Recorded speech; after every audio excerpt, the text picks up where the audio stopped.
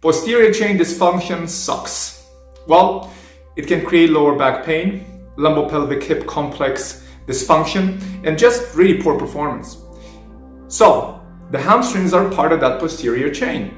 And for most of us, hamstrings are pretty tight, right? We're gonna explore today how to lengthen them, but beware, hamstrings are not tight on their own. They become like so because of other tissues, other muscles in the posterior chain and other subsystems that are not doing the job right. Specifically, your glutes and your external rotators, to name a few, and your calves. So those we'll handle in another video. Today, let's just really focus on getting those hamstrings lengthened a little bit. Let's get going. So, first things first, let's get blood flowing, right? So bring your feet together, open your toes, your heels, and your toes again.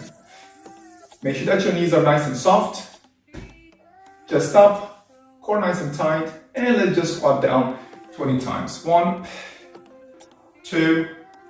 Now, as you do this, make sure your feet are firmly gripping the floor, and you got your knees slightly rotated out, just so you activate through the glutes as well. And you want to make sure that you push your knees forward right after your hips unhinge. Here we go, last 5, 4, make sure you keep breathing through this, 2, and we got one more. Wonderful. Shake them off. All right, let's get a bit of hinging going on. I want your palms to reach forward while your hips are shooting back. Bend your knees, same position, push back, and reach. And reset. Notice how the back stays nice and tall. Hips push to the back, arms push forward. Still maintain the entire core engaged. Eyes forward to down, and then return so the head stays neutral. One more time. Let's spice it up a bit. Cross your legs. Same thing. Now you'll notice your hips want to shift. Try to keep them neutral. Range of motion will decrease, and that's okay. And the pull will go into one leg more than the other. And I'm going to do this one more time. Notice control is crucial. Let's switch to the other side. Cross over the other leg. And here we go again. So again, make sure that the hips stay neutral. Beautiful. You want equal weight distributed on the feet. Keep the shoulders away from your ears. We have 2 more of these. Last time. Beautiful. All right, let's move on. I want you to bring your heel forward and bend the back knee. Your feet are still hip width apart. Yeah, do not overlap. From here, push the hips to the rear. Keep a nice tall spine. And make sure you create as much tension as you can through the hamstrings. Now palm on the knee that is bent, and lift your toes as if your toes want to kiss your knee. From here, rotate out and in, out and in. So this rotation is happening where?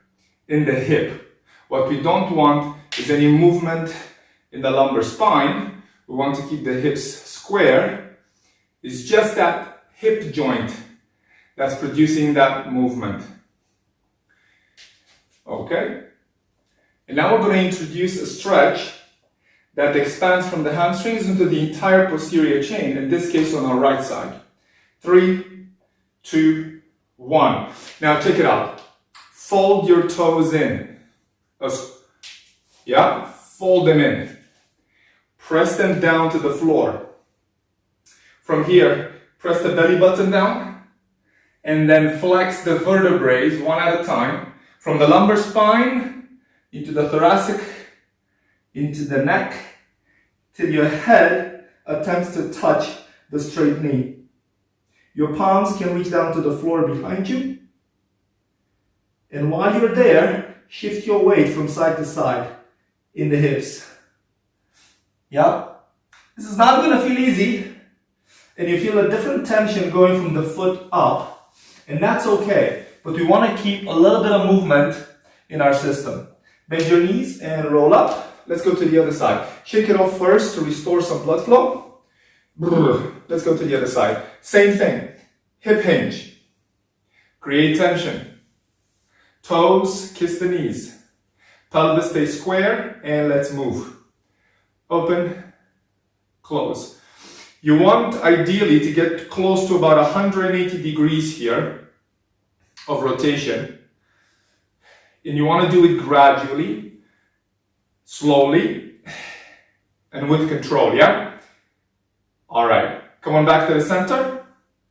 Again, fold the foot, press into the floor, shift your weight back, and again, belly button in, ribs in, chest, shoulders, head, palms reach behind you, and shift the weight side to side. Very gently, very little movement, but just enough. There we go. A few more. Maintain that tension. 3, 2, 1, and let go. Brilliant. Okay, so we were standing. Let's get on the floor quickly. Check it out. We got a couple of things to do. The first one, extend one leg, the other knee up. Now, I want you to push your hip into the floor and use your hamstrings to do, your hip flexors to do that. From here, press the heel to the sky as far as you can, but do not lift the hip off the floor, okay? And release. Repeat. And release. So you notice, I'm attempting to get my knee straight at that 90-degree angle. And my toes are the ones pulling the leg straight, yeah? Whoop-a. One more time. Wonderful. Press the heel away from you. And bring the other side. And we're going to do the exact same thing again. Again, push that heel up to the sky and slowly let go. If you notice a bit of shaking, that's normal. Keep a nice steady breath. Push, push, push, push, push, push, push, push, push, push, push. Good. Now do not allow this to happen. The knee should not move. Okay? The knee stays in place. And if you cannot reach 90 degrees, that is okay. Okay? But do not let your knee go away from your body. Yeah? Do not open the hip. Keep those hip flexors engaged and do not allow the leg to drop. There we go. Excellent work. All right. We've got one final stretch that I want to share with you guys. And here we go. From here, bring your foot in. Opposite arm goes on the outside of the foot. And from here, push the foot straight. While you're here, bend the elbow and draw up the body as low as possible. 5 oscillations.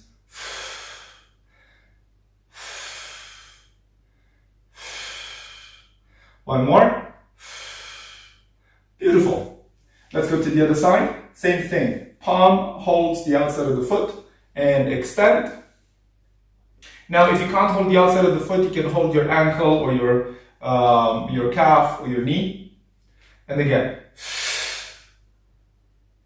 2, 3, 4, and 5.